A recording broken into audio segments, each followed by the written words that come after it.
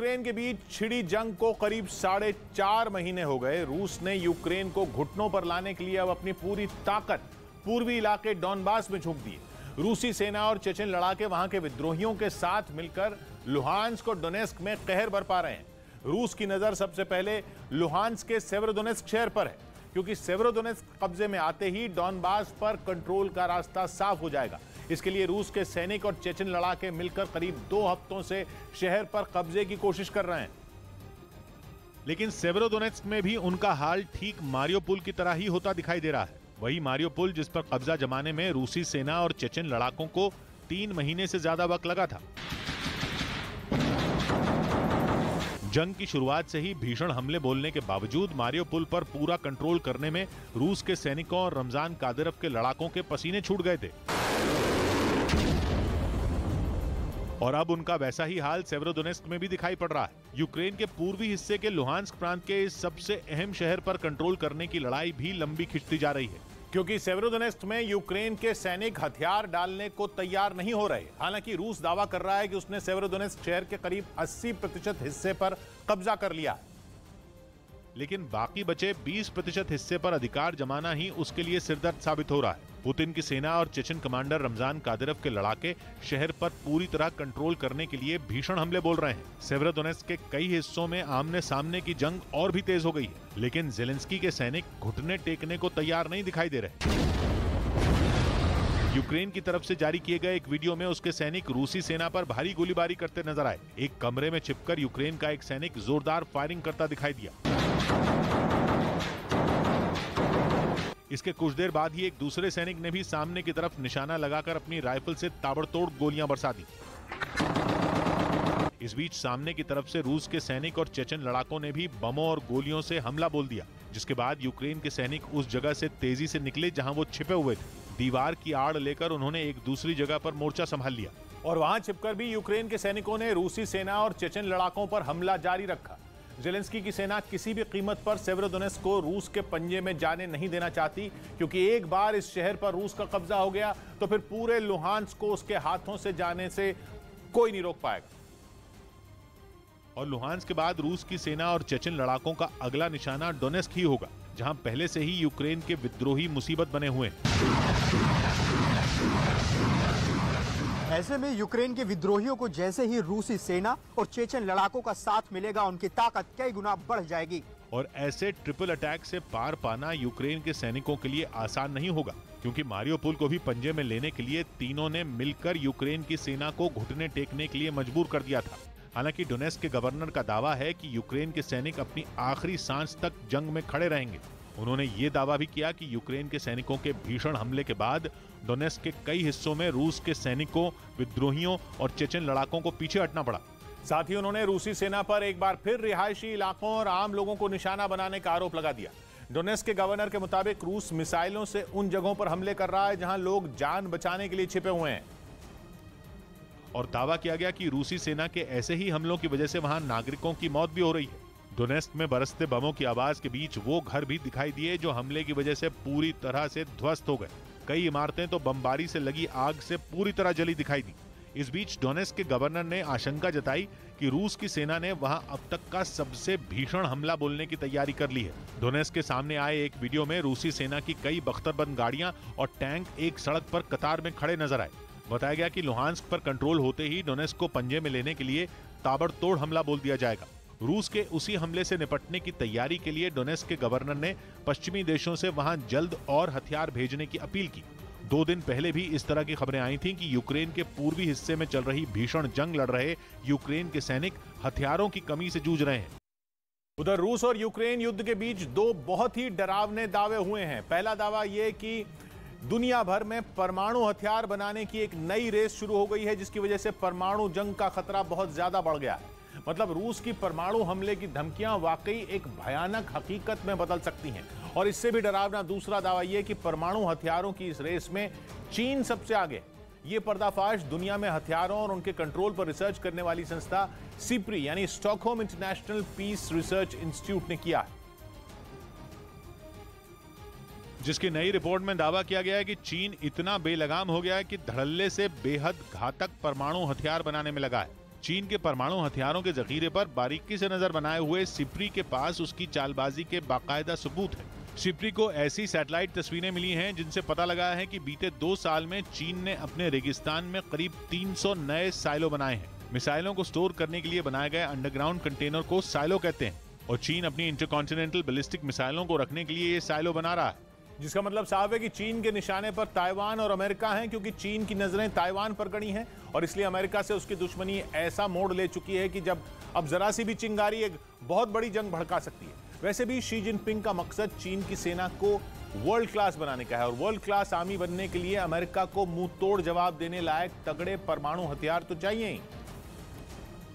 और शायद Xi Jinping मानते हैं कि उनके परमाणु हथियार अमेरिका के हथियारों के आगे कमजोर हैं, इसलिए चीन अपने परमाणु हथियारों को अमेरिका की टक्कर का बनाने में लगा है। वैसे भी अब जबरदस्त मिसाइल डिफेंस सिस्टम आ जाने की वजह से मिसाइलें उतनी ताकतवर हथियार नहीं रही, इसलिए चीन तेजी से हाइपरसोनिक हथियार बनाने में लगा है। हाइपरसोनिक हथियार ऐसे हथियार होते हैं जिन्हें भेदने वाले मिसाइल डिफेंस सिस्टम आज तक बने ही नहीं है। लेकिन सबसे ज्यादा चिंता की बात यह कि चीन बड़े ही खुफिया तरीके से अपने परमाणु हथियार बना रहा है। वो अपने पत्ते खोलने को राजी नहीं, अपने परमाणु हथियारों के बारे में बात करना उसे मंजूर नहीं। सिप्री के अनुमान के मुताबिक अभी जनवरी तक चीन के पास 350 परमाणु हथियार थे। यह आंकड़ा अमेरिकी परमाणु हथियारों के आसपास भी नहीं ठहरता, क्योंकि अमेरिका के पास इससे 10 गुना से भी ज्यादा न्यूक्लियर वेपन्स हैं। अमेरिका के जखीरे में 3708 परमाणु हथियार बताए जाते हैं, लेकिन अमेरिका भी परमाणु हथियारों की तादाद के मामले में नंबर 1 नहीं है, वो रूस से पीछे है। युद्ध की शुरुआत से रूस बार बार अपने परमाणु हथियारों का जिक्र छेड़कर धमकी इसलिए दे रहा है क्योंकि वो दुनिया में इन घातक हथियारों का सबसे बड़ा मालिक है। रूस के पास कुल 4477 परमाणु हथियार, दुनिया में कुल जो 12705 परमाणु हथियार हैं उनमें 90% से ज्यादा अकेले रूस और अमेरिका के पास हैं और हजारों की संख्या में परमाणु हथियार रखने वाले रूस और अमेरिका के बाद महज 350 हथियार वाला चीन आता है। इसलिए चीन टेंशन में है कि कहीं इस दौरान अमेरिका और उसके बीच युद्ध छिड़ गया तो उसके ताइवान पर कब्जा करने से पहले ही अमेरिका चीन पर न्यूक्लियर मिसाइलें छोड़कर उसका खेल खराब कर देगा। इसलिए चीन तेजी से परमाणु हथियार बना रहा है, लेकिन इस न्यूक्लियर वेपन रेस में चीन अकेला नहीं है, बल्कि अमेरिका भी उसे पूरी टक्कर दे रहा है। और अमेरिका अपने न्यूक्लियर बमों को आधुनिक बनाने में करीब 1000 करोड़ डॉलर यानी भारतीय रुपयों में 78,000 करोड़ रुपए खर्च कर रहा है। वहीं जर्मनी भी अगले साल से अपने परमाणु हथियारों को नए B6112 मॉडल से रिप्लेस करने की तैयारी में है।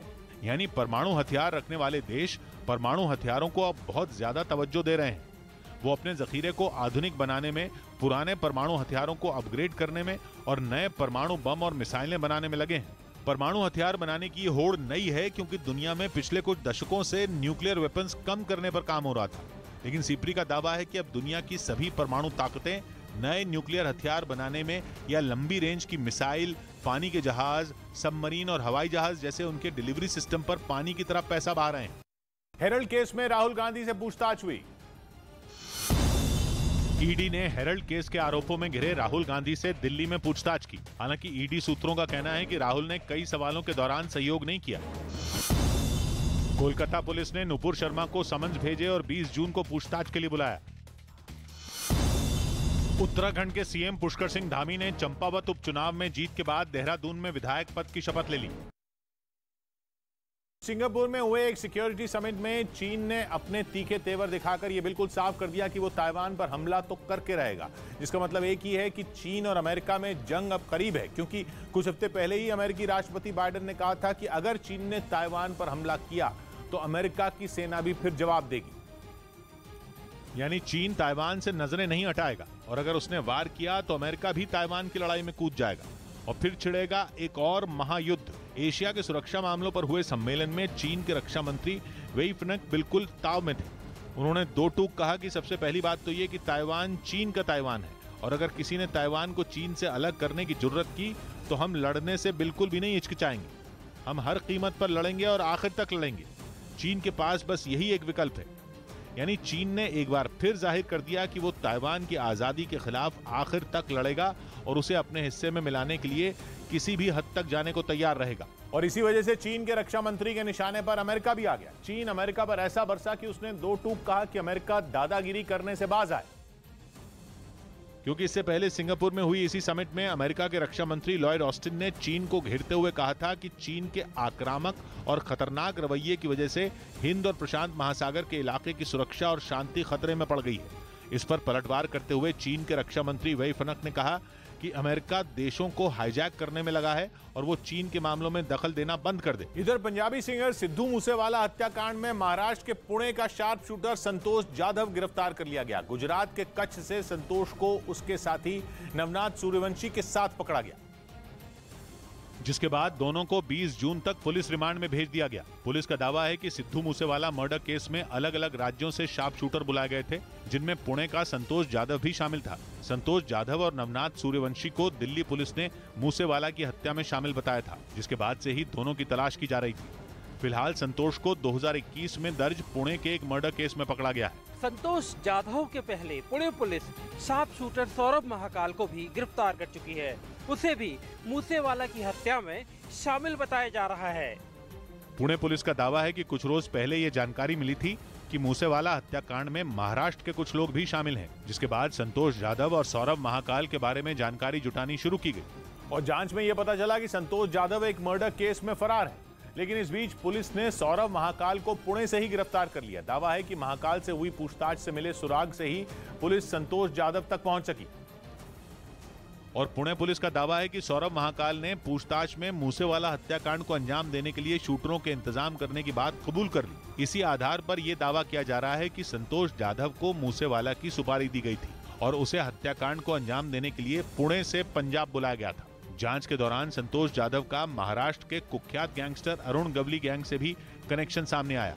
पुणे पुलिस के हाथ संतोष जाधव की तस्वीरें लगी हैं, जिनमें वो अरुण गवली की पत्नी आशा गवली के साथ दिखाई दे रहा है। संतोष की जब क्राइम कुंडली खंगाली गई तो पता चला कि वो एक शातिर कॉन्ट्रैक्ट किलर है, जिसने कुछ साल पहले ही अपराध की दुनिया में कदम रखा था, लेकिन एक बार अपराध की तरफ बढ़ने के बाद उसने फिर दोबारा मुड़कर पीछे नहीं देखा और वो एक के बाद एक वारदात को अंजाम देता चला गया।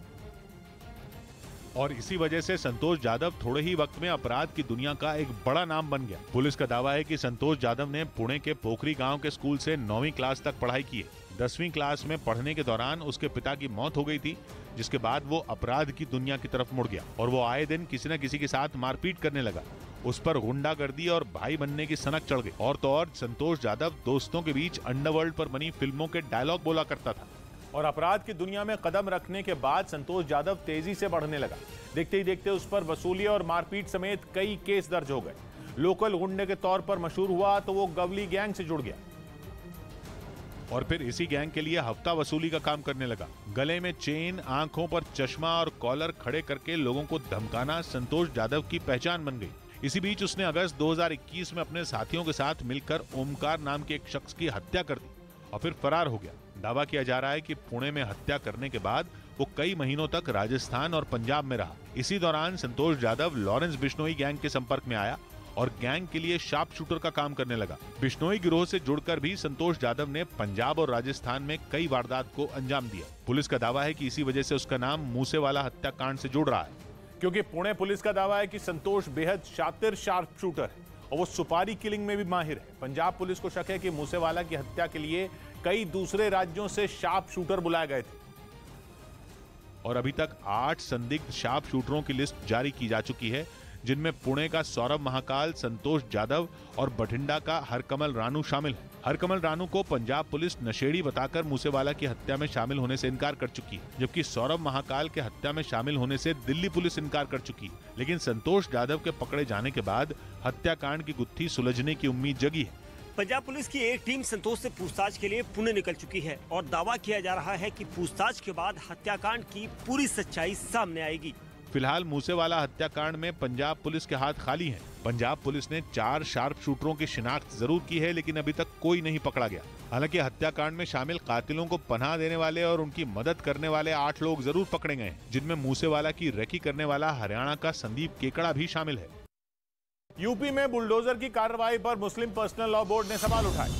All India Muslim personal law board ने यूपी में बुलडोजर की कार्रवाई पर सवाल उठाए और आरोप लगाया कि सरकार बिना जुर्म के ही सजा देने में जुट गई है।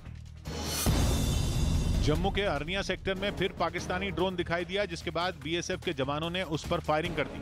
हालांकि फिर इस ड्रोन के भागने पर वहां तलाशी अभियान चलाया गया।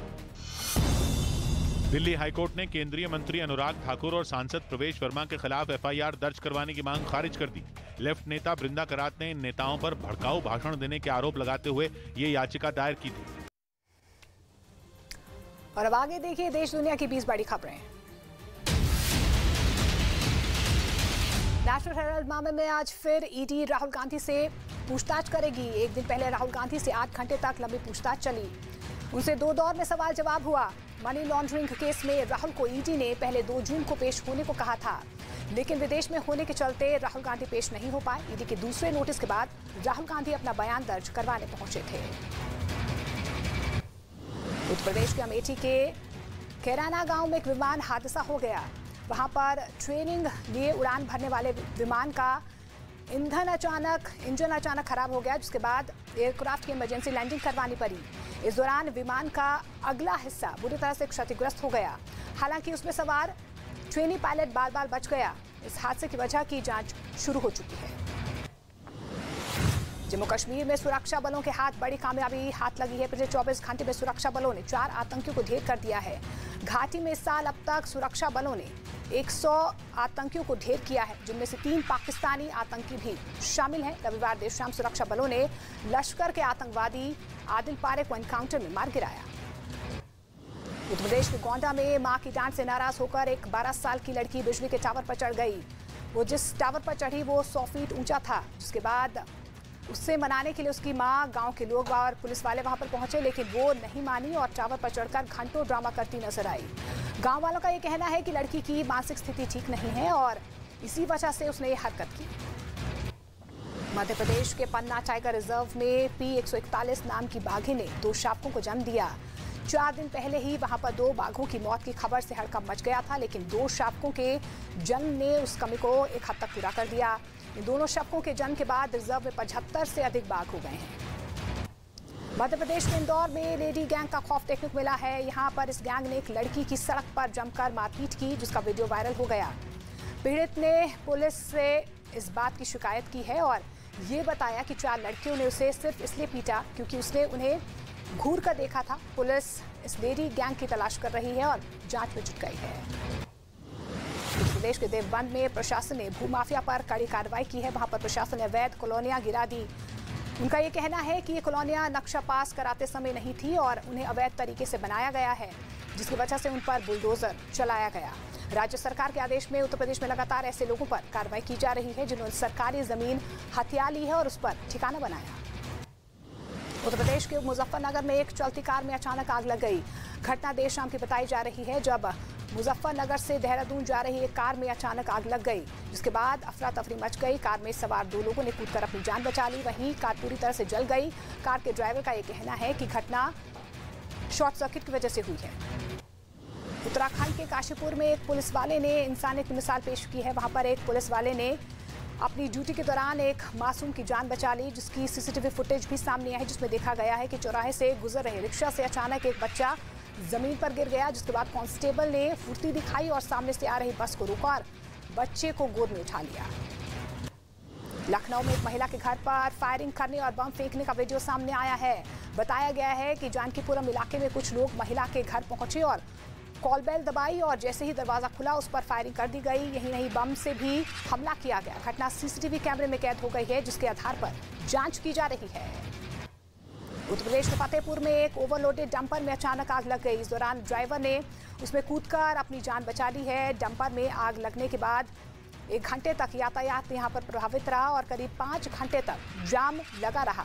ड्राइवर का ये कहना है कि आग शॉर्ट सर्किट की वजह से लगी है, जिसे बुझाने में गांव वालों के पसीने छूट गए।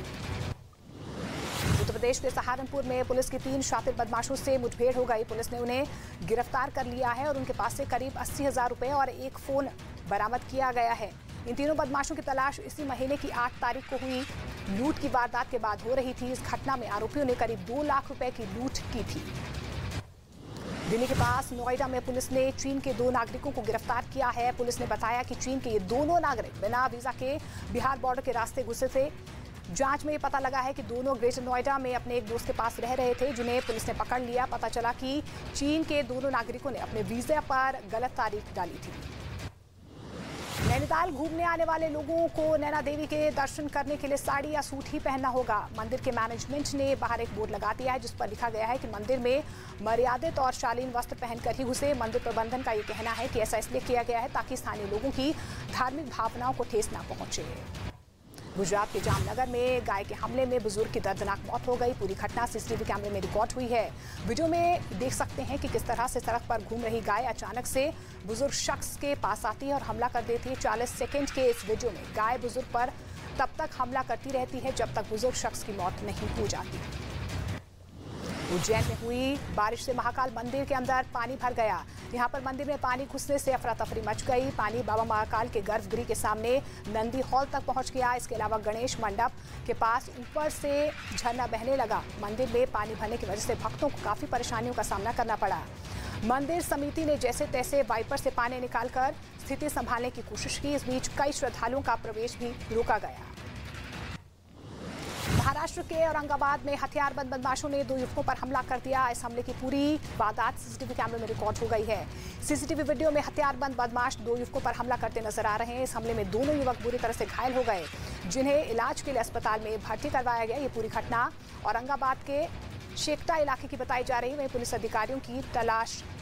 आरोपियों की तलाश कर रही है।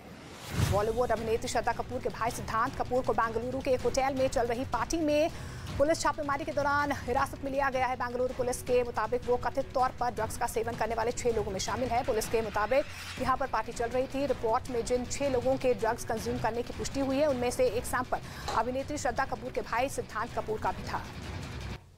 पुणे पुलिस ने बड़ी कार्रवाई की है। पुणे शहर की पुलिस ने एक कबाड़ के कारोबारी को हिरासत में लिया है। इनके पास से 1105 गोलियां बरामद की गई है। जानकारी पुणे पुलिस की ओर से दी गई है। पुलिस ने बताया कि दिनेश उत्तर प्रदेश के प्रतापगढ़ जिले का रहने वाला है जो लंबे समय से पुणे में रह रहा था। पुलिस की जानकारी के अनुसार कबाड़ी के पास से 1105 गोलियां समेत 56 जिंदा कारतूस के साथ साथ 79 ऐसे कारतूस हैं जो काम नहीं कर रहे थे और 970 बुलेट लीड बताई जा रही है।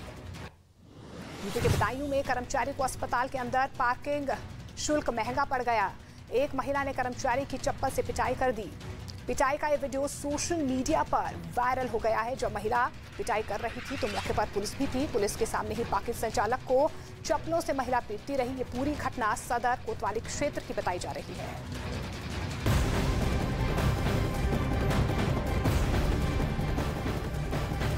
और इस बीच एक बड़ी खबर सलमान धमकी मामले से जुड़ी है। बड़ी खबर सामने आ रही है। शूटर संतोष जाधव से पूछताछ होगी। बड़ी खबर आपको बता दें, मुंबई क्राइम ब्रांच ये पूछताछ करेगी। क्राइम ब्रांच की टीम पुणे जाएगी। ये बड़ी खबर निकल कर आ रही है। आपको बता दें कि क्राइम ब्रांच की टीम पुणे जाएगी और सूत्रों के हवाले से बड़ी खबर न्यूज़ 18 के आशीष सिंह की ये बड़ी खबर। शूटर संतोष जाधव से पूछताछ हो गई। मुंबई क्राइम ब्रांच ये पूछताछ करेगी और क्राइम ब्रांच की टीम पुणे जाएगी। आपको बता दें संतोष जाधव की गिरफ्तारी के बाद कई खुलासे हो रहे हैं और इस बीच अब सलमान खान को जो धमकी मिली थी उसको लेकर संतोष जाधव से पूछताछ की जाएगी। दुनिया को भुखमरी की चपेट में ले जाने के लिए पुतिन के गेम प्लान का पर्दाफाश हुआ है। पश्चिमी मीडिया ने दावा किया कि पुतिन के इस प्लान को अंजाम तक पहुंचाने के लिए रूसी सेना यूक्रेन में गेहूं के खेतों को आग लगाने वाले बमों से निशाना बना रही है, जिसका मतलब यह कि रूस जानबूझकर दुनिया के सामने अनाज का संकट पैदा करना चाहता है ताकि जंग में वो बेहतर तरीके से मोलभाव कर पाए। पश्चिमी मीडिया के मुताबिक यूक्रेन और उसके सहयोगियों को झुकाने के लिए रूस उन्हें अनाज के लिए तड़पाना चाहता है। और इसकी गवाही यूक्रेन से सामने आई उन तस्वीरों ने दी जिनमें रूसी सेना खेतों को निशाना बनाकर ताबड़तोड़ बम बरसाती नजर आई, जिसके बाद यूक्रेन के सैनिक गेहूं के खेतों में लगी आग को बुझाते दिखाई दिए।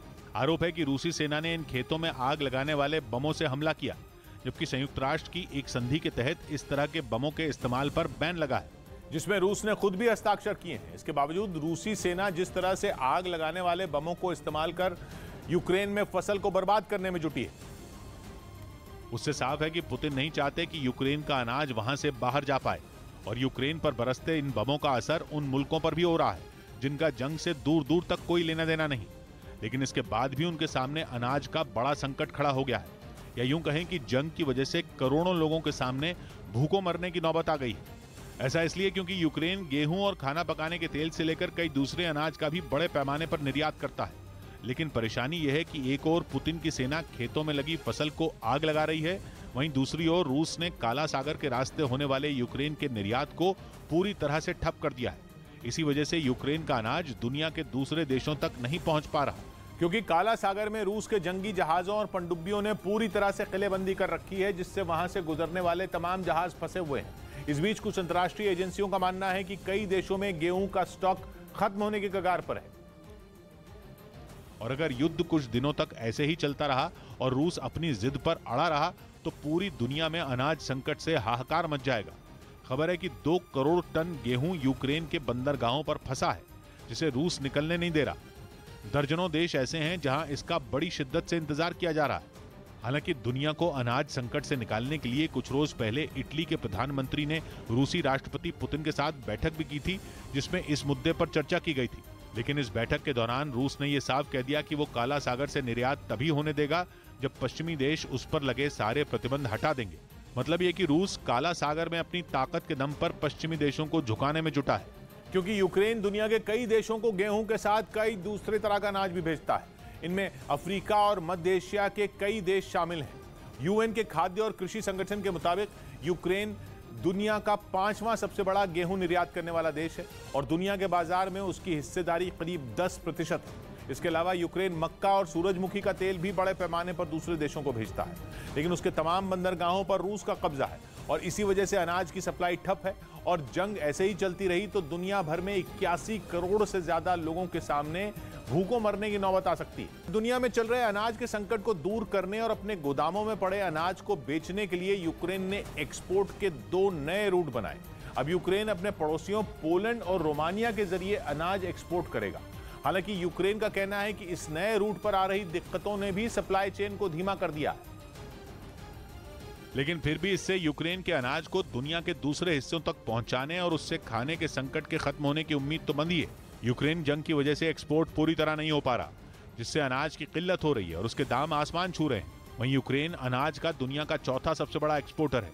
उसका कहना है कि उसके गोदामों में करीब 3 करोड़ टन अनाज पड़ा हुआ है जो निर्यात ही नहीं हो पा रहा। इसलिए यूक्रेन अब उसे सड़क, नदी और रेल के रास्ते एक्सपोर्ट करने की कोशिश में है। पहले यूक्रेन अपने दक्षिण में मौजूद काला सागर से अनाज एक्सपोर्ट करता था, लेकिन अब रूस के जंगी जहाजों ने काला सागर में उसे बुरी तरह घेरा हुआ है। रूस यूक्रेन के बंदरगाहों पर ब्लॉकेड लगाकर उसका अनाज एक्सपोर्ट ही नहीं होने दे रहा। हालांकि रूस अनाज संकट का ठीकरा पश्चिमी देशों के प्रतिबंधों और यूक्रेन पर फोड़ रहा है, लेकिन दिक्कत पूरी दुनिया को हो रही है, जिसे सुलझाने के लिए यूक्रेन ने कमर कस ली। मगर परेशानी यह है कि यूक्रेन का रेल सिस्टम पोलैंड जैसे यूरोप के देशों के रेल सिस्टम से बिल्कुल अलग है। दोनों की ट्रेनें एकदम अलग गेज पर ऑपरेट करती हैं, इसलिए यूक्रेन को अपना अनाज पहले बॉर्डर पर लाना पड़ता है और फिर वहां से अलग अलग ट्रेनों में ट्रांसफर करना पड़ता है। बॉर्डर पर स्टोरेज का ज्यादा इंतजाम भी नहीं है, इसलिए यूक्रेन एस्टोनिया, लातविया और लिथुआनिया जैसे बाल्टिक देशों से भी तीसरा रूट बनाने के लिए बात कर रहा है।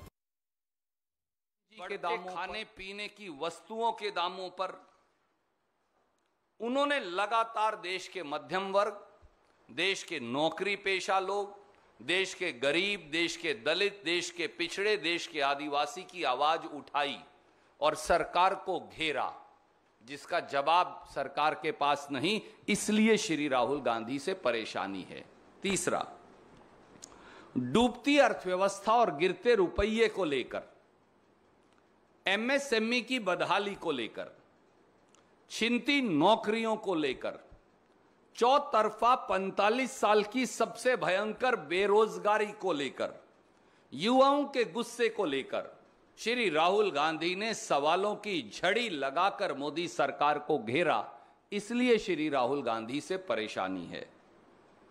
चौथी बात, कोरोना में जब मोदी जी ने अपनी जिम्मेवारी से मुंह मोड़ लिया, उस समय श्री राहुल गांधी ने समय रहते न केवल सरकार को चेताया, बल्कि सरकार को देर से ही सही कार्यवाही के लिए, मदद के लिए मजबूर किया। जब सरकार कोरोना के टीके से हजारों करोड़ का मुनाफा प्राइवेट कंपनियों को कमवा रही थी, तो श्री राहुल गांधी ने सरकार को बाध्य किया कि टीकाकरण मुफ्त हो, जो करने पर वो मजबूर हुए। जब लाखों मजदूर हजारों किलोमीटर पैदल चलकर अपने घर जाने को मजबूर थे, तो सरकार को कटघरे में खड़ा करने वाली आवाज का नाम श्री राहुल गांधी है। इसलिए श्री राहुल गांधी से परेशानी है। जब लाखों किसान न्याय की गुहार के लिए राजधानी दिल्ली के बाहर 8 महीने बैठे रहे, जब मोदी सरकार उन्हें आतंकवादी और नक्सलवादी बता रही थी, जब उनको अपराधी और देशद्रोही घोषित कर दिया गया था, जब उनके रास्ते में कील और कांटे बिछा दिए गए थे, जब 700 किसान कुर्बानी के लिए दिल्ली की सीमा पर मजबूर हो गए, तो ट्रैक्टर यात्रा कर किसान और खेत मजदूर की आवाज उठाकर और किसान की संसद में देश के 100 सांसद ले जाकर श्री राहुल गांधी ने किसान के साथ कंधे से कंधा मिलाकर किसान की आवाज उठाई और सरकार को मजबूर किया कि वो तीनों काले कानून वापस लेने पड़े। इसलिए श्री राहुल गांधी से परेशानी है। देश में नफरत के माहौल के खिलाफ, भाईचारे व अनेकता में एकता के विचार के लिए एकमात्र आवाज जिसने सरकार की आंख में आंख डालकर कहा कि धर्मांधता और एक विषैले बंटवारे से ये देश और नफरत से इस देश का भला नहीं हो सकता, वह श्री राहुल गांधी हैं। उनको कटघरे में खड़ा कर दिया और बाद में फिर उन्होंने खिसियानी बिल्ली खंबा नोचे 2 प्रवक्ताओं को निकालकर माफी मांगनी पड़ी। इसलिए श्री राहुल गांधी से परेशानी है। प्रधानमंत्री जी, कभी आप एक प्राइवेट कंपनी के नुमाइंदे बनकर राफेल का ठेका फ्रांस में दिलवाते हैं और कभी एक प्राइवेट कंपनी का नुमाइंदा बनकर श्रीलंका में प्राइवेट कंपनी को बिजली का ठेका दिलवाने की सिफारिश करते हैं। श्री राहुल गांधी ने मुट्ठी भर उद्योगपतियों के नुमाइंदे बने प्रधानमंत्री से सवाल कर उनको कटघरे में खड़ा कर दिया। इसलिए श्री राहुल गांधी से परेशानी है। दोस्तों, क्रोनोलॉजी समझिए, देशवासियों क्रोनोलॉजी समझिए। मोदी सरकार ने बुखलाकर इलेक्शन मैनेजमेंट डिपार्टमेंट यानी ईडी के पीछे छिपकर आपकी सत्यनिष्ठा की आवाज पर हमला बोला है। यह हमला विपक्ष की उस निर्भीक आवाज पर है जो जनता के सवालों को दृढ़ता से सरकार के समक्ष रखते हैं और सरकार से जवाबदेही मांगते हैं, जो जनता के मुद्दों को भयमुक्त तरीके से निडरता से उठाते हैं। भाजपाई सत्ता की एजेंसियों के डर से कि कितने ही लोगों ने समझौता कर लिया, भाजपा में माफीनामा देकर शामिल हो गए, दूध के धुले बन गए। कितनों ने घुटने टेक दिए, कितनों ने अपनी आत्मा बेच दी। लेकिन श्री राहुल गांधी वो व्यक्ति हैं जिन्होंने सरकार की आंख में आंख डालकर जनता से सवाल उठाए। इसलिए उनसे परेशानी है। साथियों, दोस्तों, देशवासियों, ये हमला उसी निर्भीक आवाज पर है जो आपकी आवाज है। यह हमला जनता के मुद्दों पर है, कांग्रेस या श्री राहुल गांधी पर नहीं।